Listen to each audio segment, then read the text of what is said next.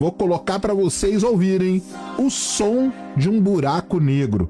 Algo sensacional, algo que faz parte daquele projeto da NASA de sonificação. O que ela faz basicamente? Ela pega dados, ela pega imagens de nebulosas, galáxias, aglomerados de galáxias e transforma isso em sons. Como que ela faz isso? Ela mapeia os comprimentos de onda, por exemplo, da luz visível, do infravermelho, e para cada um desses comprimentos de onda, ela estabelece ali um range de frequências e transforma isso em frequências audíveis, e esse é o processo de sonificação que a NASA faz, e essa semana eles soltaram 2 sonificações muito legais.